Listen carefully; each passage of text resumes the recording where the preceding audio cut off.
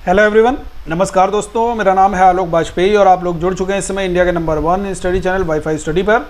और आज की क्लास में हम लोग ओलंपिक के बारे में जानेंगे कि आखिरकार ओलंपिक का थोड़ा सा इतिहास भी जानेंगे और ओलंपिक का इतना महत्व क्यों है ये भी जानेंगे। और इस बार ओलंपिक, टोक्यो ओलंपिक से क्या क्या सवाल बन सकते हैं, क्या क्या क्वेश्चन बन सकते हैं, ये भी हम लोग आज की क्लास में ज़रूर जानेंगे।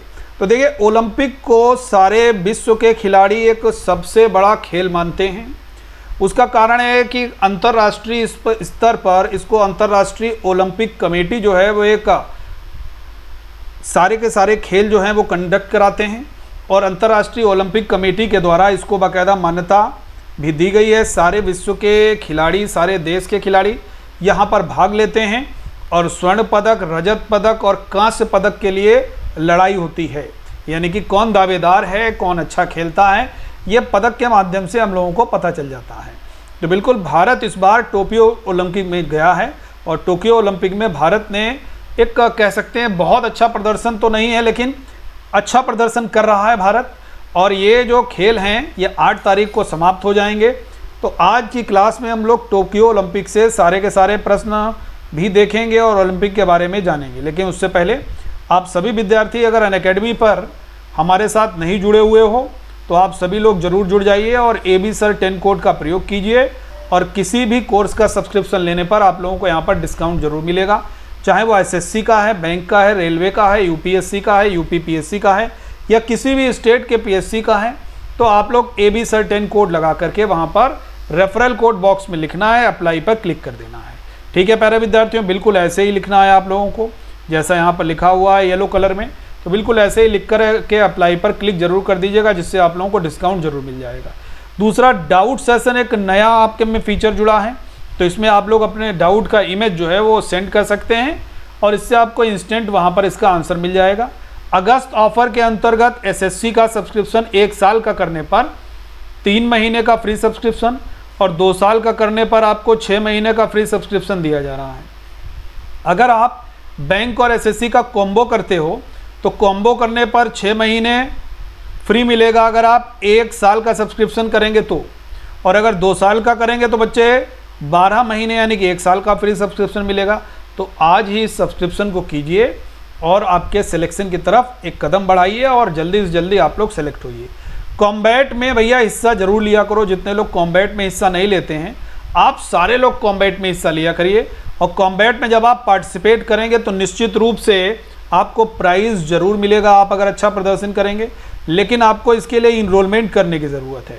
इनरोलमेंट प्यारे विद्यार्थियों, केवल एक कोड से आपको फ्री में यहाँ पर इनरोलमेंट मिल रहा है। AB सर 10 कोड लगाइए और फ्री में इनरोलमेंट कीजिए इनवाइट कोड से।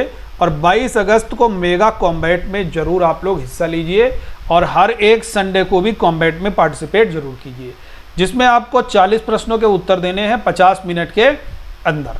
क्लियर है? कोड आप सभी लोगों को किस प्रकार से लिखना है मैं लिख करके बता देता हूं आपको। कैपिटल लेटर में AB सर 10 कोड लगाइएगा, चाहे सब्सक्रिप्शन लेने के लिए या कॉम्बैट में इनरोलमेंट करने के लिए भी। अब देखिए, टोक्यो ओलंपिक के बारे में सबसे पहले जानेंगे, कुछ ओलंपिक से रिलेटेड भी हम लोग जानेंगे। तो कि देखिए, टोक्यो ओलंपिक का शुभंकर है मिराई तोबा, जिसको हम लोग मस्केट भी बोलते हैं। ये मस्केट ऐसे लिख के भी आ सकता है, हिंदी में ये भी लिख के पूछा गया है। तो मस्केट और शुभंकर अलग अलग नहीं, दोनों एक ही हैं, मिराई तोबा है। ओलंपिक का जनक किसको कहा जाता है? पियरे डी कुबर्तिन को ओलंपिक का बच्चे जनक कहा जाता है। अब ये जो पहले ओलंपिक हैं ये हम लोग जानते हैं एथेंस में हुए हैं। कब हुए हैं भाई पहले ओलंपिक? ये एथेंस में हुए हैं। अंतर्राष्ट्रीय ओलंपिक कमेटी जो है इसका मुख्यालय कहाँ पर है? इसका मुख्यालय बच्चे लुसाने में है।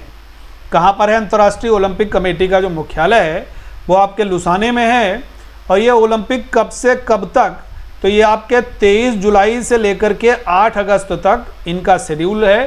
तो यानी कि आज है तारीख बच्चे आपकी 6, इसके बाद में 7 और 8 को समापन हो जाएगा।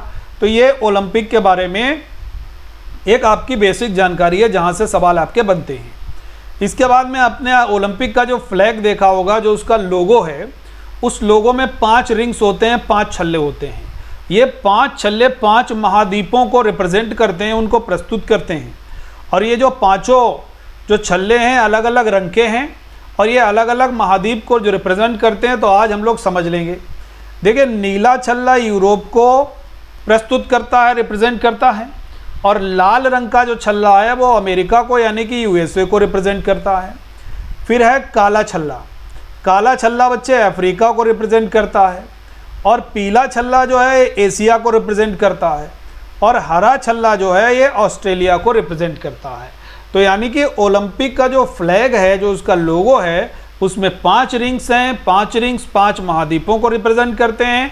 कलर अगर कभी पूछा जाएगा तो देखो कैसे याद रखोगे यार, रेड है, ब्लू है, बिल्कुल ग्रीन भी है, तो ऐसे याद रखोगे यार। आरबीजी याद रखो, 3 हो गए। उसके बाद में आरबीजी रेड ब्लू ग्रीन हो गए, और डबल भी याद रखोगे तो याद रहेगा ब्लू और ब्लैक हो जाएगा। ठीक है, अब हमारे पास बचता है पीला, तो आप याद कर सकते हो आरबीजी बाय।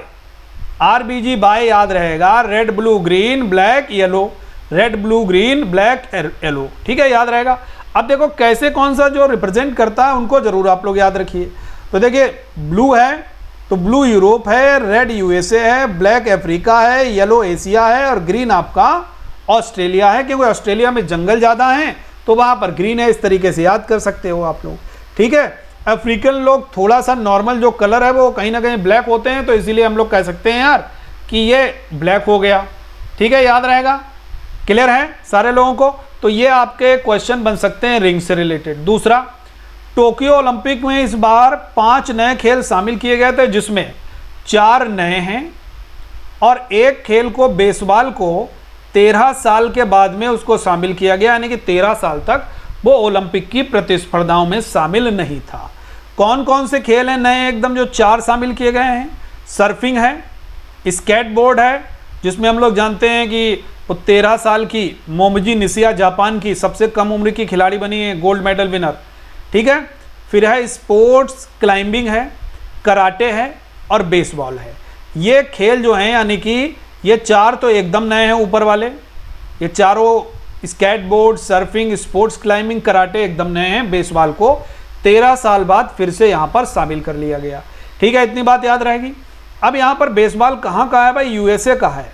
और बेसबॉल में प्लेयर्स कितने होते हैं? 9 प्लेयर्स होते हैं, ये भी आपको याद होना चाहिए। क्लियर है मेरी बात? अब देखिए इसमें टोटल कितनी ओलंपिक में प्रतिस्पर्धाएं हुई, तो ये 33 प्रतिस्पर्धाएं होंगी अभी, जो 8 तक चलेगा, याद होना चाहिए। स्केटबोर्ड जो है ये आपका एकदम नया खेल है, तो इसको जरूर याद रखोगे। मोमिजी निशिया का नाम याद रखोगे, 13 साल में वो जीती है। ठीक है, दूसरा, टोक्यो ओलंपिक के उद्घाटन में भारतीय ध्वजवाहक कौन है? ये हो गई super mom Mary Kom. Super mom हो गई मैरी कॉम, जो कि इंडियन बॉक्सर हैं। मनप्रीत सिंह ये भारतीय पुरुष हॉकी टीम के कप्तान हैं, इन्होंने भी भाई ध्वजवाहक रहे उद्घाटन मैच में भारत के लिए तरफ से। मैरी कॉम को सुपर मैम के नाम से भी जाना जाता है। ठीक है, समापन समारोह में भारतीय ध्वजवाहक बजरंग पुनिया हैं। कौन है समापन समारोह में? पहलवान है बजरंग पुनिया। ओलंपिक खेलों का जो आदर्श वाक्य रहा है इस बार का, वो है यूनाइटेड इमोशंस। क्या है? United emotions. अब एक सवाल और आपका बन सकता है कि ओलंपिक खेल कितने वर्ष बाद आयोजित होते हैं? तो 4 वर्ष बाद ओलंपिक खेल आयोजित होते हैं। अब यहाँ पर एक चीज़ जरूर याद रखोगे कि इस बार भारत के प्रदर्शन में सबसे पहला जो मेडल रजत पदक जीता है वो मीराबाई चानू ने जीता है, और रजत पदक के साथ में मीराबाई चानू को मणिपुर की सरकार ने एएसपी रैंक पर उनको नियुक्ति भी दी है। दूसरा, अगर हम लोग कहें, पीवी सिंधु ने कांस्य पदक जीता। फिर भारतीय की पुरुष हॉकी टीम ने भी भाई क्या जीता? कांस्य पदक जीता। फिर उसके बाद में दाहिया जो पहलवान हैं उन्होंने भी भाई क्या जीता? रजत पदक जीता। ठीक है, तो लगातार ये पदकों का सिलसिला जारी है, लेकिन गोल्ड का भारत को इंतजार है। तो देखिए गोल्ड कौन लाने वाला है। ठीक है भाई, तो ये आपकी एक महत्वपूर्ण इंफॉर्मेशन, ओलंपिक की ट्रेडिशनल इंफॉर्मेशन और टोक्यो ओलंपिक 2021 से रिलेटेड यहाँ पर महत्वपूर्ण जानकारी बनती है। क्लियर है? इसको याद जरूर कर लोगे आप लोग। अब देखिए जितने लोग भी हमारे साथ जुड़े हुए हैं, तो भैया एक बार मेरा रेफरल कोड जरूर लगाइए आप लोग, और सब्सक्रिप्शन लेने के लिए इसी रेफरल कोड का प्रयोग कीजिए। इससे आप लोगों को निश्चित रूप से यहाँ पर डिस्काउंट जरूर मिलने वाला है। ठीक है मेरे प्यारे विद्यार्थियों, याद रहेगा। इसके अलावा कैपिटल लेटर में ही लिखना है आपको, बगैर किसी स्पेस के।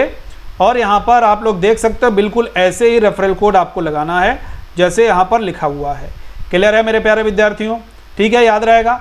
और अनअकैडमी का एक नया फीचर है डाउट सेशन, जिसमें आप लोग अपने डाउट का इमेज लेकर के और सेंड कर सकते हो, उसका इंस्टेंट आपको आंसर मिल जाएगा। कॉम्बैट के अलावा देखिए, कॉम्बैट तो आपका होता ही है एवरी संडे, उसके अलावा देखिए एक अगस्त ऑफर है।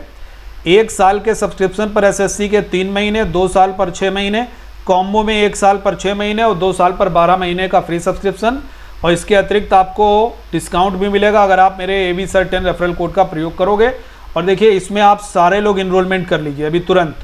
AB Sir 10 कोड लगा करके आप सारे के सारे विद्यार्थी इसमें भैया इनरोलमेंट आप सभी लोग कर लीजिए, जिससे आप लोगों को निश्चित रूप से यहाँ पर कॉम्बैट में भाग लेने का मौका मिलेगा और मेगा कॉम्बैट में भी पार्टिसिपेट करने का मौका मिलेगा, जीतने का मौका मिलेगा।